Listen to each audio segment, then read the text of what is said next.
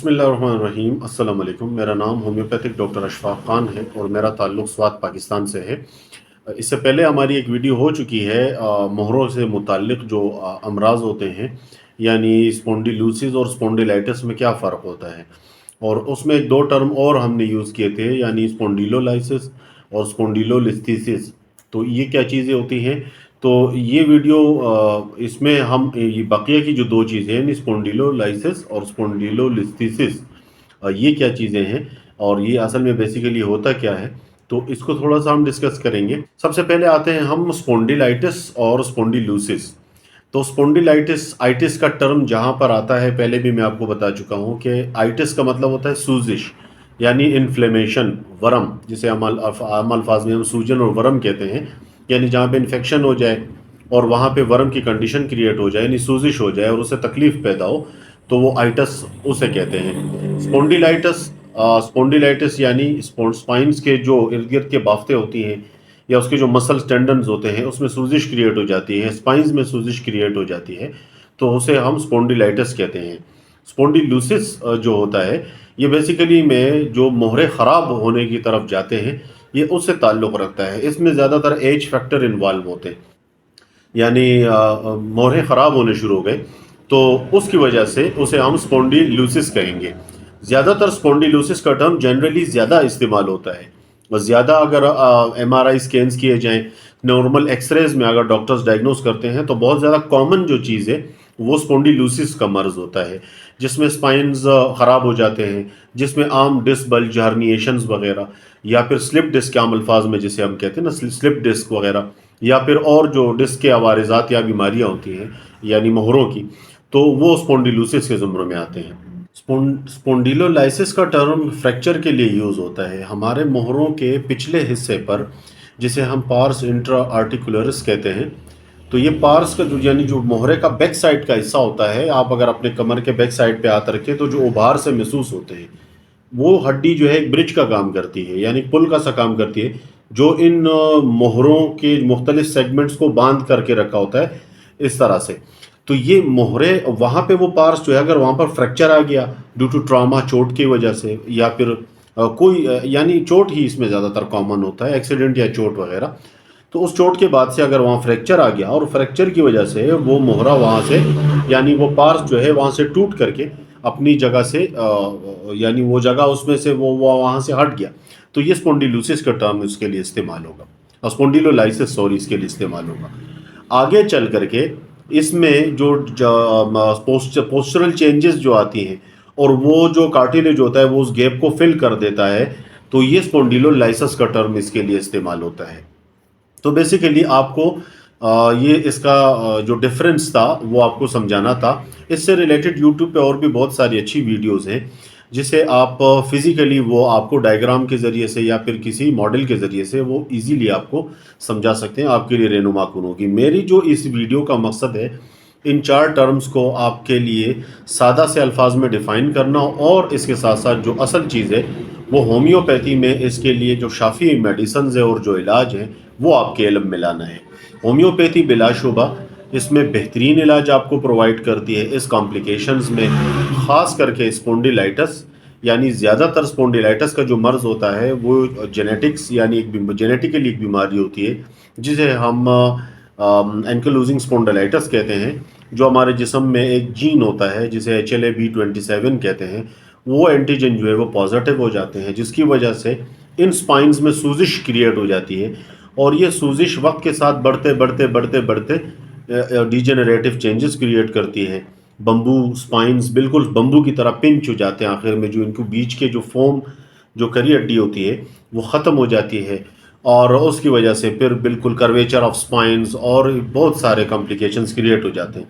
तो ये रफ्ता रफ्ता gradually degenerative changes का इसका एक अमल होता है, जो ये मोहरे ख़राब होते हैं। और मैं, अगर आप मेरी पिछली वीडियोस देखें एंकिलोजिंग स्पॉन्डिलाइटिस के मुतालिक, तो उसमें मैं बारहा आपको बता चुका हूँ कि ये यंग एज की बीमारी है, यानी टीनेजर्स में ये डायग्नोज होती है। अगर टीन एज में बसा औक़ात जो मेरे प्रैक्टिस में ऐसी चीज़ें भी आई हैं कि टीन एज में ये जो बीमारी है ये डायग्नोज हुई है, और टीन एज में ये बीमारी थी, اور ٹین ایج میں اس کو پتہ نہیں چلا، اور with the passage of time وہ اس کو یہ تکلیف رہی، وہ برداشت کرتا رہا، وہ کسی ڈاکٹر کے پاس نہیں گیا. پھر آفٹر 30 سال کی عمر کے بعد سے 32 میں 35 سال میں ڈائگنوز ہوا ہے. اس کو پتہ لگا کہ بھئی یہ تو اس کو HLA-B27 کا جو ٹیسٹ تھا وہ پازیٹیو نکلا ہے، اور اس کا جو ہے وہ کافی زیادہ وہ کمر کے جو ڈیجنریٹو چینجز ہوئے، کمر یعنی ہنچ بیک ہو گیا ہے کمر جو ہے، اور کام کرنے میں، اٹھنے بیٹھنے میں، جھکنے میں کافی بہت زیادہ مسائل کریٹ ہوتے ہیں اس سے. تو یہ اسپونڈیلائٹس اسے ہم کہیں گے. اسپونڈیلوسس کا مرض کامن ہے، یہ ایج فیکٹر کے حوالے سے ہوتا ہے، پوسچر کے حوالے سے بھی اس کا تعلق ہے. یعنی آپ اگر بیٹھے رہتے ہیں مسلسل، آپ کے آفس کا کام ہے، کمپیوٹر پہ جو لوگ کام کرتے ہیں، لیپ ٹاپ پر یا کمپیوٹر پر، یا کوئی اس طرح کا کام ہے کہ وہ مسلسل بزی رہتے ہیں ایک گردن کو جھکائے ہوئے ایک ہی پوسچر میں، تو سروائیکل سے متعلق ان کو ایشوز کریٹ ہو جاتے ہیں. ڈورسل کے جو سپائنز ہوتے ہیں، لمبر کے سپائنز کے مسائل کریٹ ہو جاتے ہیں.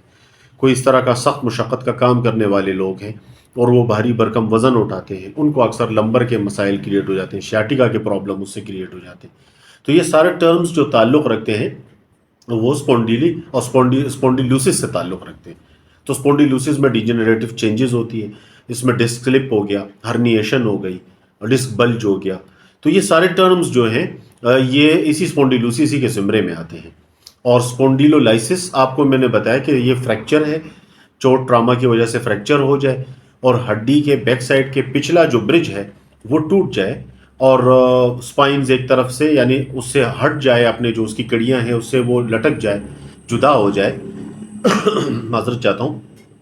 اور اس کے بعد سے جو عوارضات کریٹ ہوتے ہیں، یعنی کرویچر آف پوسچر تبدیل ہو جانا، تو یہ اسپونڈیلولسٹیسس کے زمرے میں آتے ہیں.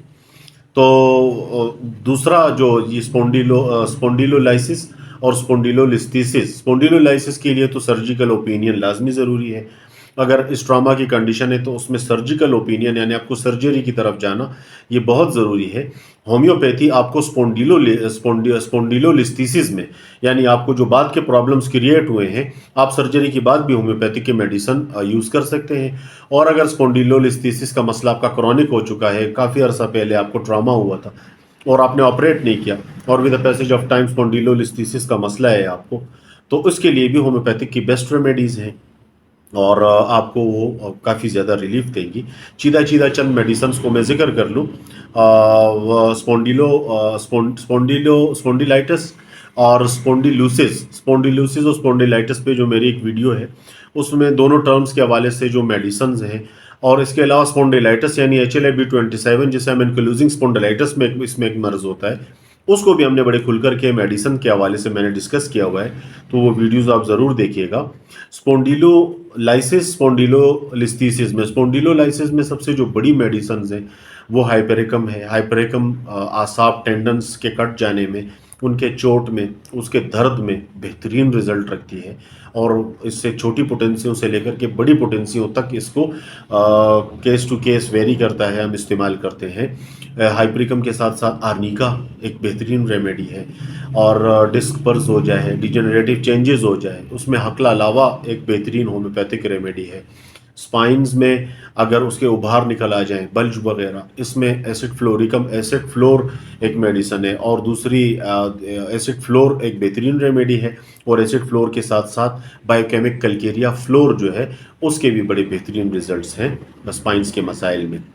اس کے علاوہ اگر آپ کو انتہائی شدید تکلیف وغیرہ یا پھر اس میں نمنس کا احساس ہوتے ہیں، اور نمنس کے ساتھ یعنی سن پن کا جو احساس ہوتا ہے، تو اس میں لیکننتس ریمیڈی ہے، اس کے اچھے ریزلٹس ہیں. اس کے ساتھ ساتھ نیفائلم ہے، نیفائلم کے بڑے اچھے ریزلٹس ہیں.